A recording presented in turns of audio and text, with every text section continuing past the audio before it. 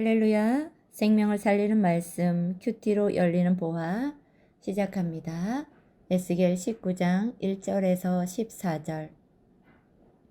너는 이스라엘 고관들을 위하여 애가를 지어 부르라. 내 어머니는 무엇이냐? 암사자라. 그가 사자들 가운데 엎드려 젊은 사자 중에서 그 새끼를 기르는데 그 새끼 하나를 키우매 젊은 사자가 되어 먹이 물어뜯기를 배워 사람을 삼키매 이방이 듣고 함정으로 그를 잡아 갈고리로 꿰어 끌고 애굽 땅으로 간지라. 암사자가 기다리다가 소망이 끊어진 줄을 알고 그 새끼 하나를 또 골라 젊은 사자로 키웠더니 젊은 사자가 되매 여러 사자 가운데 왕래하며 먹이 물어뜯기를 배워 사람을 삼키며 그의 궁궐들을 헐고 성읍들을 부수니 그 우는 소리로 말미암아 땅과 그 안에 가득한 것이 황폐한지라. 이방이 포위하고 있는 지방에서 그를 치러 와서 그의 위에 그물을 치고 함정을 잡아 우리에 넣고 갈고리를 꿰어 끌고 바벨론 왕에게 이르렀나니 그를 옥에 가두어 그 소리가 다시 이스라엘 산에 들리지 아니하게 하려 함이라.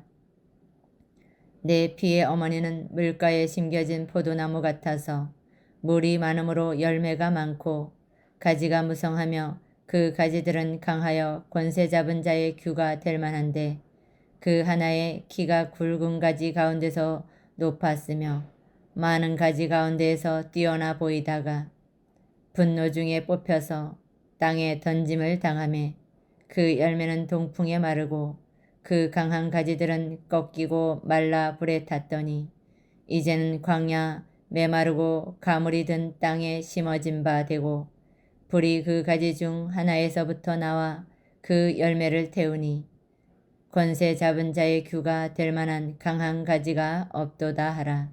이것이 애가라. 후에도 애가가 되리라. 아멘. 오늘 본문 말씀은 하나님이 에스겔에게 이스라엘 고관들을 위해 애가를 지으라고 하십니다. 암사자가 낳은 새끼라 자라 사람을 삼키자 이방이 듣고 그를 잡아 애굽 땅으로 끌고 가고 또 다른 새끼가 자라 사람을 삼키자 이방이 그를 잡아 옥에 가둡니다. 물가에 심긴 포도나무가 분노 중에 뽑히자 그 열매는 동풍에 마르고 가지들은 불에 탑니다. 첫째로 첫 번째 사자에 대한 애가 1절에서 4절. 하나님은 에스겔에게 이스라엘 고관들을 위해 애가를 지어 부르라고 명하십니다. 암사자가 키워서 자란 젊은 사자가 사람을 삼키자 이방이 그를 잡아 애굽으로 끌고 갑니다. 여기서 암사자는 유다, 젊은 사자는 여호아하스 왕입니다. 여호아하스는 3개월간 유다를 다스리다가 폐위되고 애굽으로 끌려가 생을 마감합니다. 그는 폭정을 행하고 우상을 숭배하면서 하나님을 배반했습니다. 결국 하나님은 애굽을 통해 그를 심판하십니다. 하나님은 에스겔에게 이스라엘 왕들을 위한 애가를 부르게 하심으로 백성이 회개하기를 원하십니다. 하나님은 백성에게 진정한 왕은 여호와 한 분뿐입니다. 따라서 말씀의 통치를 따르는 길만이 성도의 살 길입니다. 적용 질문입니다. 나에게 허락하신 자리에서 하나님이 아닌 다른 것을 바라보다가 함정에 빠진 적은 언제입니까? 두 번째 사자에 대한 애가 5절에서 9절. 두 번째 사자에 대한 애가는 첫 번째 애가와 비슷한 내용입니다. 암사자는 새끼 하나를 또 골라 젊은 사자로 키웁니다. 하지만 그 사자 역시 사람을 삼키고 성읍들을 부수자 이방이 와서 바벨론에 끌고 갑니다. 이 젊은 사자는 여호야김 왕으로 그는 선왕이 폭정 때문에 하나님의 심판을 받는 것을 보았어도 아무런 교훈을 얻지 못하고 죄악의 길로 걷다가 멸망을 자초했습니다. 결국 그는 느부갓네살에 의해 쇠사슬에 결박되어 바벨론으로 끌려갔습니다. 하나님 앞에서 끝까지 불순종을 고집한다면 심판을 면할 수 없습니다.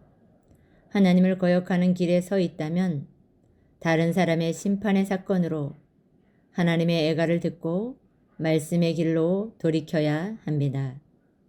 적용 질문입니다. 다른 지체들의 심판 사건에서 나를 향한 하나님의 애가를 듣고 있습니까? 셋째, 불에 타는 포도나무 10절에서 14절. 유다는 물가에 심긴 포도나무처럼 열매를 많이 맺고 가지가 무성한 나무로 성장합니다. 그 가운데 굵은 가지가 나와서 통치자의 지팡이가 됩니다. 하지만 그 가지는 뽑혀서 땅에 던져지고 열매는 동풍에 마릅니다. 굵은 가지는 시드기야 왕, 동풍은 바벨론의 침략을 상징하는데 남유다는 바벨론의 침략으로 멸망하게 됩니다.